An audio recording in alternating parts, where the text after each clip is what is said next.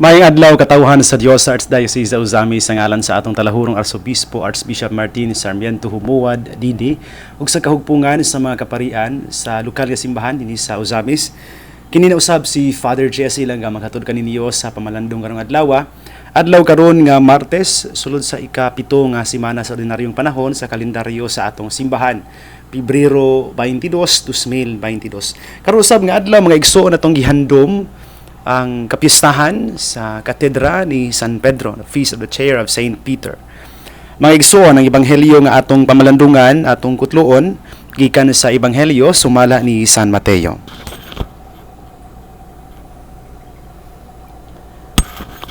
Unya miadto si Jesus sa yuta duol sa lungsod sa Cesarea Filipo, ug didto nangutana siya sa iyang mga tinun-an. Sumala sa mga tao, kinsa man ang anak sa tao? Sila mitubag. May nag-ingon nga siya mao si Juan nga magbubunyag. Ang uban nag-ingon nga siya mao si Elias. Samtang ang uban nag-ingon nga siya mao si Jeremias o laing propeta. Si Jesus nangutana kanila, apan kamo, unsa may inyong ikasulti? Kinsa man ako? Og mitubag si Simon Pedro, ikaw mao ang Mesiyas, ang anak sa Dios nga buhi. Giingnan siya ni Jesus, Simon anak ni Jonas, bulahan kagayod, kay kining maong kamatuuran, wala mo abot kanimo gikan sa bisan kinisang tao, kundili gihatag kanimo sa akong amahan nga ato sa langit. Busa sultihan ko ikaw. Ikaw si Pedro, og ibabaw niining bato, tukuron ko ang akong simbahan.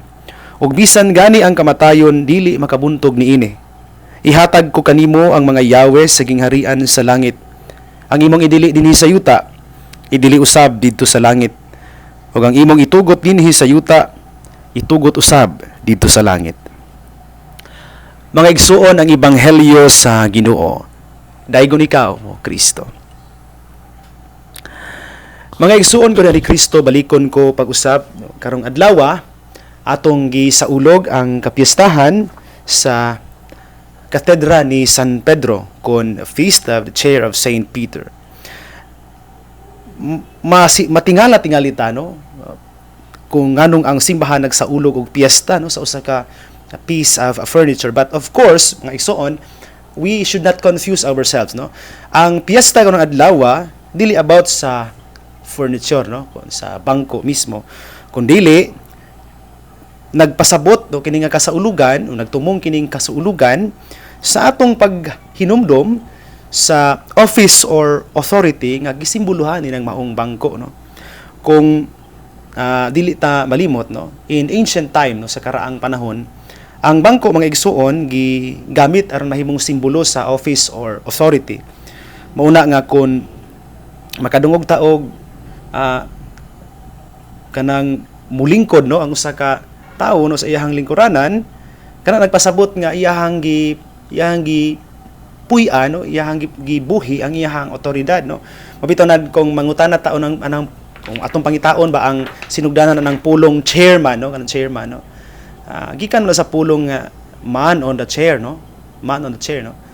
Tungod kay lagi balik ko nako ang chairman kun ato ta sa local government no, sila man ang nangulo no sa usa ka dapit no, sila ang leader no of a certain district or place no. Muna nga naaniya no ang authority ang office no, ug mao na siya nga kahulugan mga igsoon ang ato karon nga gusto atong pamalandungan pud karon diha sa ebanghelyo ug sa piyesta nga atong gisaulog karon. So the chair, balik ko na ko, is an ancient symbol of an office or authority no. So that kung maghisgot kanita og nga ang Santo Papa dunay giproklamar no, evoking his authority as the successor of Peter, kasagaran ang atong gamiton nga term nga he is speaking ex cathedra, pasabot from the chair no, sikan sa iyahang katedra no, sa iyang lingkuranan. Diya sa ebanghelyo atong nadungog no mga igsoon, kung giunsa pag-establish ni Jesus kining maong office no, pinaagi sa iyahang paghatag niya ng maong office ngadto kang San Pedro, base mismo no sa otoridad ni Kristo. Una, diya sa ebanghelyo nadungog nato nga nangutana si Jesus ngadto sa iyang mga tinun-an kung kinsa siya no matud pa sa mga tao. Nya gitubag siya no sa mga tinun-an nga matud pa ikaw si Juan nga magbubunyag o dunay nag-ingon nga ikaw si Elias, doon na pag nag-ingon nga ikaw si Jeremias o laing propeta. But when iyang gipangutana pag lahos no sila kung kinsa siya base sa ilahang pag-ila niya dili sa istorya sa mga tao, ang mga tinun-an mitubag no pinaagi ni San Pedro on behalf of the 12 no. Peter spoke in answer to Jesus in behalf of the 12 no. Ikaw ang Kristo, ang Mesiyas, ang anak sa buhi nga Dios. Muna ang gitubag ni Pedro. Ug si Jesus mitubag miingon nga to kang Pedro, blessed are you Simon. No? Bulahan ka no, Simon, anak ni Jonas no. For flesh and blood has not revealed this to you, but my heavenly Father. No? Pasabot nga kining kamatuuran Pedro gikan nimo na nadawat nimo gikan no sa mismo sa akong amahan ato sa langit. Kay wa may maka dili man tawhanon nga pasabot pa ni Jesus nung ato kang Pedro nga dili man ni tawhanon nga knowledge nung imong nakutlo. Og diha si Jesus miingon ngadto kang Pedro, and I say to you no, mura ba og usa ka amahan no, sa kaamahan nga miingon ngadto kang Pedro si Jesus. Si Jesus mismo ang miingon karon kadto kang Pedro. Mura ba og kung ang amahan miingon kang Pedro nga oy si Jesus ba uni no murag nagtut kay ang amahan man ang naghatag no matud pa ni Jesus no sa kamatuuran nga iyang nadawat mahitungod kang Kristo, si nagipaila ba no sa amahan si Jesus ngadto kang Pedro. Karon si Jesus mismo ang miingon kang Pedro kung kinsa siya no. So ang amahan mipaila ngadto kang Pedro kang Jesus, ug karon si Jesus misulti ngadto kang Pedro kung kinsa pod no si Pedro by saying sa giingon ni Jesus sa ebanghelyo, ikaw Pedro bato no ang bato. Di ta malimot mga igsuon that Jesus is the cornerstone. Siya mao ang sukaranan no, ang bato nga sukaranan nga gisalikway sa mga magtutukod. Siya mao ang strong foundation, siya mao ang kalig-on, kusog, stability no. Ug kana karon nga bato no si Jesus mihatag niya ng kusog no niya isip strong foundation kanang iyang stability as the foundation ngadto kang Pedro. So gingon niya, you are Peter, you are rock, and upon this rock I will build my church. Kung baliko na to ang karaan nga Griego nga translation of the word Peter no, ang translation kepas no pasabot bato no. So you are rock, and upon this rock I will build my church, and in the gates of in netherworld, that is ang gahom sa kamatayon, dili gani makabuntog niini. Kung tanaw na to pag-ayo mga igsuon, dinhi na to makita kung asa magikan ang otoridad sa katedra ni San Pedro, of the office of Peter. Gani gisumpayan pa ni Jesus no, namingon sa I will give you ihatag ko kanimo ang mga yawi sa gingharian sa langit. Unsay imong itugot dinhi sa yuta, itugot usab dito sa langit, ug unsay imong idili dinhi sa yuta, idili usab dito sa langit. Sa ato pa si Jesus usab mihatag ngadto kang Pedro of the power to bind and to loose no. No diha kang Pedro mismo. Mao ni no nga kay nisulti man si San Pedro on behalf of the apostles. Pasabot nga si Pedro mi-share niya ang maong task of governing the church ngadto sa iyang mga kauban nga mga tinun-an. So baliko na to diha sa ebanghelyo karong adlaw mga igsuon, gipili ni Jesus si San Pedro aron mahimong ulo no, mahimong pundasyon, mahimong bato no nga sukaranan sa kusog ug stability no sa simbahan. Yes, we have Jesus as the cornerstone, as the foundation, pero gihatag niya ng iyang kusog no ni Jesus ngadto kang Pedro nga maoy ulo sa napulog duha ka mga tinun-an. Yes, tinuod nga balikon nako karon siya kay misulti man siya on behalf of the 12. Sa ato pa he shares no this office, this authority with the rest of the apostles. Pero kung balikon nato pagtan-aw mga igsuon, si Pedro lamang mismo ang naggunit no sa mga yawi no. He alone holds the keys. And so, tungod kay siya man ang nagunit sa Yahweh, He serves as the point of unity among them. At pasabot, siya may nagunit sa Yahweh, siya mao ang nahimong simbolo no, sa panaghiusa ni ining simbahan, sa simbahan mismo. Ug mao ni para nako mga igsuon ang atong pamalandungan karong adlaw. Today's feast, dear brothers and sisters, has been celebrated since the 4th century, no? Is a piyesta sa panaghiusa, no? Feast of Unity. Ug wala tay lain nga source of unity within the church kundi si Kristo mismo mga igsoon. Kay siya man mao ang ulo sa simbahan. Pero si Pedro isip iyang pinili nga mahimong makita no nga ulo, the vicar of Christ, the visible head. Kini naghimo usab kang Pedro no. Og sa iyang mga sumusunod nga maoy makita ba no nga focal point of unity diha sa simbahan. Si Pedro ug ang iyang mga sumusunod, ang mga Santo Papa, miambit ni anang maong sukaranan sa panaghiusa gikan mismo ni Kristo ang sumbanan, ang tinubdan sa kahiusahan. Atong sabton pag-ayo mga igsuon kung unsa ka importante kining aspeto no sa office ni Saint Peter no, the office of unity. Atong i-take for example, sayop man mga manghilabot no sa uban nga mga tinuuhan, pero let's take for example ang Orthodox Church mga igsuon. Ang mga Orthodox churches no kung daghan man sila no, daghan man sila. Kung tanaw nato pag-ayo ang mga Orthodox Church mga igsuon, Orthodox churches, nothing is single no, wala ba unified nga walay single and unified Orthodox Church mga igsuon. Kung tanaw nato pag-ayo kung maka-research mo sa inyohang mga computers no, karon nga mga panahon updated na nga tingali mas midaghan pa, around 15 autocephalous Orthodox churches exist no in the world today no, nay kinisi ka mga autocephalous but dunay bay kaugalingong mga heads no, self-headed no, and the actual number is in dispute no, kay naglalis po sila tungod kay naglibog sila no, nag-away sila, naglalis sila of the church's legitimacy among others no, o gani dunay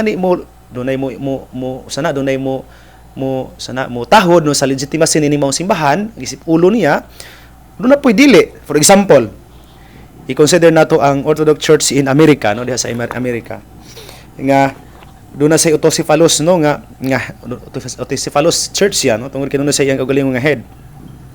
Iyang gi-consider ni no nga jurisdiction sa Russian Orthodox Church no, kining namay church Orthodox Church sa America no. Pero kini bisag autocephalous i-consider ni siya nga sakop no sa Russian Orthodox Church. O ang Orthodox Church dito sa Ukraine pananglitan has been recognized by the Patriarch of Constantinople kay wala man ni sila pope no, ang ilang ituhan patriarch man. Ang simbahan no nga Orthodox sa Ukraine i-recognize siya nga legitimate mo pasabot tinuod simbahan sa Patriarch of Constantinople. Pero wala niya gi-consider ang kining nga simbahan nga maoy ulo no sa tibok si Orthodox Church no, ang kining Constantinople. Pananglitan kay ang Orthodox Church in Japan gi-recognize man po sa Patriarch of Moscow no. Pero wala man i-recognize sa Patriarch of Constantinople. But pasabot gubot wala sila panaghiusa, wala unity ba no. Og mao ni mga igsoon ang gusto na kong ato masabtan karon. In reference no to the unity nga gihisgutan nato diha kang Pedro. Usa kahay mahitabo sa simbahang Katoliko, Roman Catholic, kung wala tay pangulo nga nahimong simbolo sa panaghiusa. Mga igsoon ko ni Kristo dili raman Roman Catholic ang nag-exist nga Catholic Church. Napa may daghan no, daghan man nga mga Catholic churches in different rites no, kung kay kita do naman tay itaisip mga Roman Catholic Church ang atong rite Latin do na may uban no nga mga panalitan do na may simbahan nga Katoliko dito sa Ruthenia no, kanang gitawag tong Ruthenian Catholic Church no, ya do na poy Ukrainian Catholic no nga nag in communion with the Pope no. Balikon ako mga igsuon, kung wala pananglitan ang mga sumusunod ni San Pedro, usa ka kagubot ang simbahan, usa ka kalisod ang panaghiusa kabuton o alang sa simbahan. Balikon ako mga igsoon. Diha ni San Pedro nga atong gisaulog ang iyahang gahom, no, iyang otoridad karon diha sa piyesta. We who are united with Peter is ultimately united with Christ and with another. Sa atong pagkahiusa kang Pedro isip mo'y ulo sa simbahan, kita isip simbahan nagkahiusa ngadto sa kang Kristo nga mo'y nagtuboy kang Pedro isip ulo, no, og simbolo sa panaghiusa. Og kita kay nagkahiusa man ngadto kang Kristo, automatically it follows nga nagkahiusa dita usab isip usa ka simbahan. Mo mga igsoon karon atong pamalandungan kung unsa bata ka may tinud-anon to the magisterium of the church, to the cathedra, no, to the office of Peter. Balikon ako, our celebration today is not for a man, but of the chair, which means the office or the authority. Si Simon, ang mangingisda, nga miingon nga to sa Ginoo, palayo na ko Ginoo kay makasasala ko. Siya karon ang Simon nga gipili sa Ginoo aron mahimong ulo og simbolo sa panaghiusa sa simbahan. Si Pedro nga gisaway ni Jesus, no, pahawa kana ko Satanas, no. Dihang giingan niya sa Jesus, ayaw dili ka mamatay Lord, no, giingnan sa pahawa sa Satanas, no, dili na iya sa Dios ang imong paghukom. Pero siya karon ang gipili, no, sa Ginoong Jesus aron mahimong ulo sa simbahan. Si Simon katong mi deny ni Jesus for three times, no. Siya katong gipili karon mahimong bato ni Jesus aron mahimong strong foundation sa simbahan ni Kristo until the end of time, no. Dili makabuntog bisan gani ang gahom sa kamatayon. So balikon ako mga igsoon. Atong pangutanon na atong kaugalingon kung kumusta ta isip usa ka simbahan. Ako isip usa ka magtotoo, how am I in consonance with the teachings of the church, no? How obedient am I to the teachings of the church? Kay diha ni Pedro gitawag ta sa panaghiusa. Ang hinaot ko nga karon ang atong paningkamot panaghiusa. Tapit na ra ba eleksyon, no? Nang hinaot ko nga dili unta ta mahimong sinugdanan, no, sa kagubot o kaguliyang, sa panagbingkil o panaglalis o panag-away, kundi sa panaghiusa mga igsoon. Mga igsoon, ini na lang ko kutob. Basta dili pa nako tapuson kining atong pamalandong. Tugution na ako sa pagtimbaya sa tanan nga naminaw karong adlaw nining atong pamalandong. Labi na gyud sa mga suki kay natong tigpaminaw diha sa atong mga radyo ug sa atong mga television, no. May adlaw may muntag yung tanan, no. Tong greetings kang diha sa kapilya sa Mintiring, no, atong greetings kang Ma'am Ima Filipino, nagdaot ra ba intang tong iyampo, no, si Ima Filipino iyang hinanaling kaayuhan, og kang Kapitan Reniel Aso atong abtik ayon kapitan diha nato pong lay minister, no, sa parokya. Tanan nga naminaw karon gikan sa parokya, sa tibok parokya, no, Santa Teresita, no, diha sa Karangan paingon nga to sa Kabatuan, Kalabayan. Sa Kalabayan nandiha sila si Pari Oscar Rivalo and family. Good morning nyo diha, no. Sa Kabatuan pod ato din silang i-recognize pag-ayo, no, tungod kay bag-o naman nilang kapilya, no, nag-change residence silang chapel. Pero dito ko atong Domingo, no, dito ko sa atong Domingo, hapit ko sa ilang pahina niya. Makita gid kaayo nato ang ihemplo ba sa kahiusahan, no. Grabe, no, kanang tanan gyud namahina sila niya. Kanang ang kapaspas pa giunsa nila pagtukod ang simbahan, no, sulod in one month span of time, no, nagtindog ng ilang simbahan ang bagong kapilya. Kini tungod kay gahapon atong Domingo, no, nakita gyud nako ba unsa sila ka aktibo nga nagkahiusa aron mo pahina, no, ti panguluhan sa atong mga leaders diha, no, kang ni Rosario Takan, kang Ramil Uringot and family, sa pamilya Tumataw po, no, magpatulong Tumataw and family, sa pamilya ni Maria Midas Caruso, daghan pa, no, mga sa pamilya Duhay Lungsod, no. Good morning nyo diha, no, mga taga-Kabatuan. Ako na appreciate kaayo nako ang iyuhang paningkamot yun, no, alang sa simbahan, no. Kung mangita kung mangita lang gyud ko sa mga example of a unified church sama ni sa gihiusa ni San Pedro, kining Kabatuan, no, grabe gyud kaayo, no, hiusa pud sila gid kaayo, no, makita gyud nato ba sa ilahang paningkamot nga matukod ang ilang kapilya. No, gikan sa Kabatuan paingon nga to sa Lipusong, sa Pantaon, no, sa Lipusong itong greetings kang Nanay Dora Liagas and family, no, sa Pantaon, no. Salamat pud kaayo kang board member, itong board member diha, no, lahay-lahay, no, sa imuhang atong Domingo nangayo mi og balas no tungod kay kung kamulo po ang construction sa parokya no. Giayo na to ang tiles tungod kay nangaukab man. Padala dayon ang atong board member diha og ang atong Press Chapel president nato diha sa Pantaon og balas no tungod kay nahurot man ang balas sa parokya. Salamat kayo no board no. Lahay-lahay salamat pud kang atong chapel president diha no sa Pantaon. Gikan sa Pantaon paingon nga to sa Kapukaw, Dalapang, Muntol, Tipa no sa Muntol kang Ma'am Rosvilla Kalimpusan and family. Good morning nyo diha no. Sa Trigos, sa Ginguna, sa Gimad, Kinuman no. Diha sa Kinuman Giraog kang